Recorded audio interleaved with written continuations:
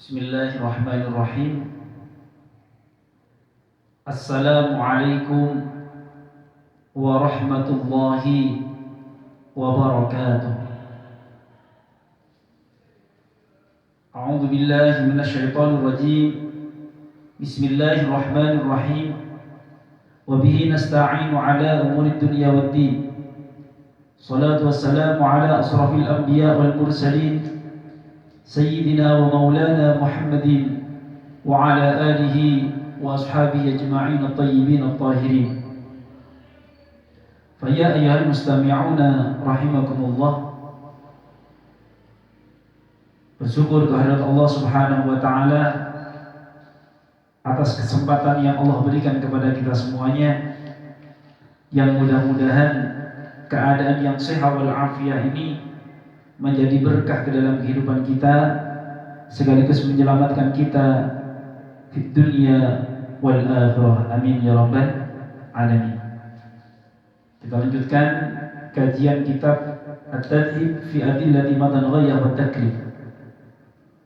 Bismillahirrahmanirrahim.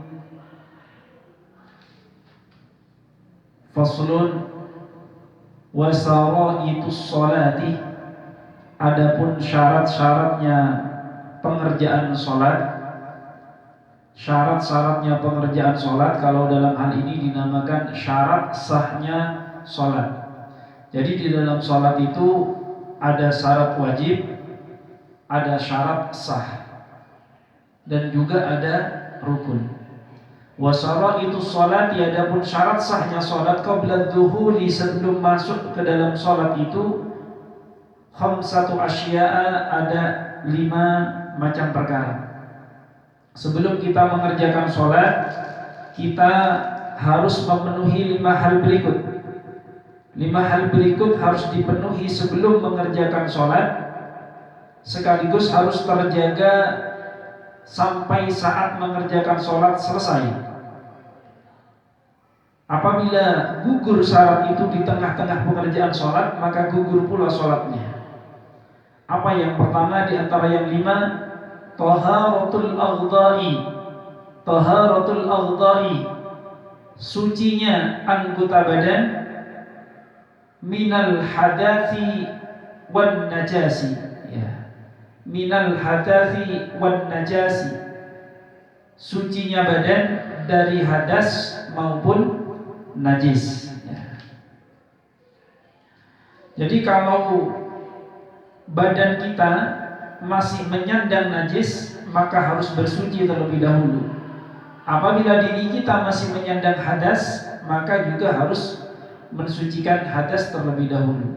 Kalau hadas kecil tentunya dengan berwudu, kalau hadas besar tentunya dengan mandi, atau kedua-duanya jika dalam keadaan kendala, maka bisa listibahati sholah dengan menggunakan tayamum.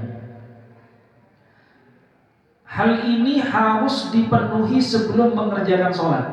Sebelum masuk sholat harus terjaga atau terbebas dari hadas maupun najis, dan harus terjaga selama mengerjakan sholat sampai sholat selesai juga tetap harus terjaga.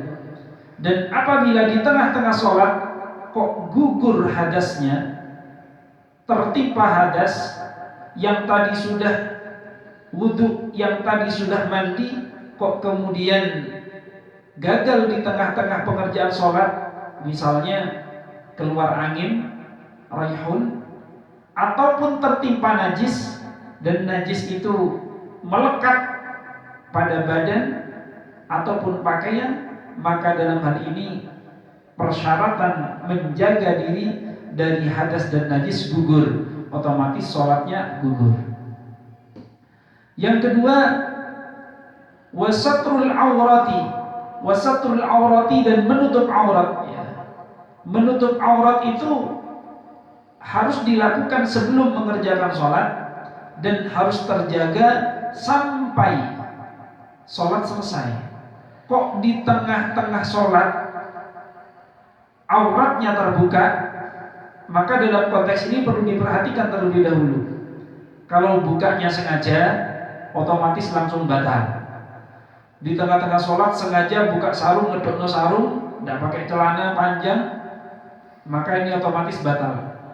Tapi kalau aurat itu terbuka tanpa sengaja, contoh ada angin yang cukup kencang sampai menyingkapkan baju seseorang ataupun sarung seseorang sehingga terlihat auratnya. Ketika dalam seketika waktu orang tersebut mampu menutupnya dalam satu gerakan yang cepat, maka sholatnya boleh lanjut. Tapi kalau masih terkesima terhadap terbukanya aurat, masih terdiam, melongo misalnya ya, terpana, atau tidak bisa menutupnya dalam waktu singkat, maka otomatis sholatnya mengulang. Nah ini. Tentu satrul aurat ini bilebasin tahirin, dengan pakaian yang suci. Auratnya laki-laki itu bainas surrati warukbah, di antara pusar dan lutut. Sedangkan auratnya perempuan di dalam sholat kullul awda, semua anggota badan kecuali dua, wajhi wal kaffain ya, dan dua telapak tangan minal yadi, dari tangan. Dua telapak dari tangan ini bagi wanita yang boleh ditampakkan, dan juga wajah. Sedangkan yang lainnya aurat semuanya.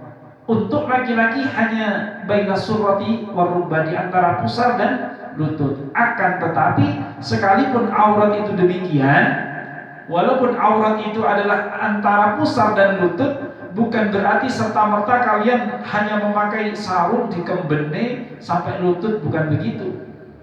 Apakah sah? Iya sah. Kalau bicara sah, iya benar sah. Tapi sholat itu bukan sekedar sah dan tidak. Namun fikih, urusan fikih itu hitam putih. Sah ya enggak sah ya sah gitu. Halal haram, hitam putih fikih itu. Kalau berbicara sah, sholat pakai kemben aja ya sah untuk laki-laki, karena sudah nutup aurat. Tapi ya apa pantas? Ini berkaitan dengan akhlaknya orang sholat, akhlaknya menghadap Allah Subhanahu wa Ta'ala. Nah ini, apalagi jadi imam kembenan tok diharapkan ya ora pantas ya. Disawang manungsa tidak pantas, apalagi disawang oleh Allah Subhanahu wa Ta'ala. Wal wuqufu ala makanin tahirin, wal wuqufu, dan menetap ala makanin tahirin, terhadap tempat yang suci. Sholat itu nggak boleh pindah-pindah dalam satu sholat, maksudnya. Rakaat pertama di belakang, setiap satu rakaat maju satu, ini tidak boleh, tidak sah ya. Gerakan sholat itu terbatas, kecuali gerakannya pindahnya itu disebabkan sesuatu yang disyariatkan. Contoh, tiba-tiba shaf di depanmu benggang dikarenakan salah satu mundur karena batal misalnya, ya maka boleh maju ya. Majunya pun tidak langsung, misalnya tidak bisa dalam satu langkah, ya dicicil. Jangan langsung maju 3 langkah gitu. Satu rukun maju dikit, satu rukun maju dikit, begitu boleh ya. Nah, wukuf ala makanin tahirin, jadi tempat yang ditempati juga harus suci. Yang ketiga, wal ilmu biduhulil waqti. Wal ilmu biduhulil waqti. Oh, yang keempat ya. Yang keempat tadi, yang pertama adalah terbebas dari hadas dan najis. Yang kedua menutup aurat. Yang ketiga menetap di satu tempat yang suci. Yang keempat adalah wal ilmu biduhulil waqti. Tahu waktunya masuk sholat. Tahu, bukan ngarang-ngarang. Sholat apa? Zuhur. Sekarang jam berapa? Jam 5 sore. Nah, nggak bisa ya. Harus tahu kalau sholat itu sudah masuk waktunya. Sholat zuhur jam 10 siang, ya nggak bisa. Kalau di Indonesia jam 10 siang sholat zuhur, nggak bisa. Karena belum masuk waktu. Harus masuk waktu terlebih dahulu, baru mengerjakan sholat. Kecuali sholat jamak. Harus masuk waktu di sholat yang pertama untuk sholat jamak takdim misalnya. Itu boleh. Mau sholat zuhur dan asar masih di waktu zuhur, belum masuk asar, namanya jamak takdim, boleh. Tapi kalau sholat biasa bukan jamak, mau segera berangkat nih, pesawat berangkat jam 12.00 ya. Maaf, pesawat berangkat jam 11.00, sampainya nanti jam 4 sore. Wah, zuhurnya lewat. Oleh karena itu di bandara jam 10 sudah sholat zuhur duluan. Nah, nggak sah. Nggak sah. Kan darurat Ustaz, daruratnya nggak begitu caranya. Nanti di atas pesawat sholat dengan kemampuan yang bisa dilakukan di pesawat. Kalau di pesawat bisa wudhu ya wudhu, kalau nggak bisa ya tayamum. Kalau nggak bisa berdiri di atas pesawat dalam sholatnya ya sholat di hurmatil waktu, sholat hurmah waktu. Atau nanti bisa di jamak takhir, diniati jamak takhir ketika sampai di bandara berikutnya jam 4 sore masih ada asar. Jadi begitu caranya.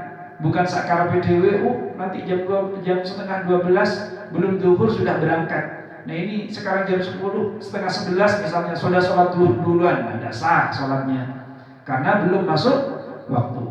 Yang terakhir wastiqbalul kiblati, dan menghadap kiblat. Menghadap kiblat menjadi kewajiban bagi orang yang melakukan sholat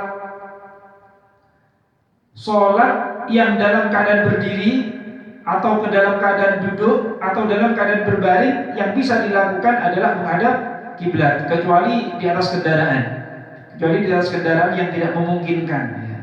Akan tetapi kalau sholat sunnah di atas kendaraan itu sudah masuk dalam kategori yang cukup ya.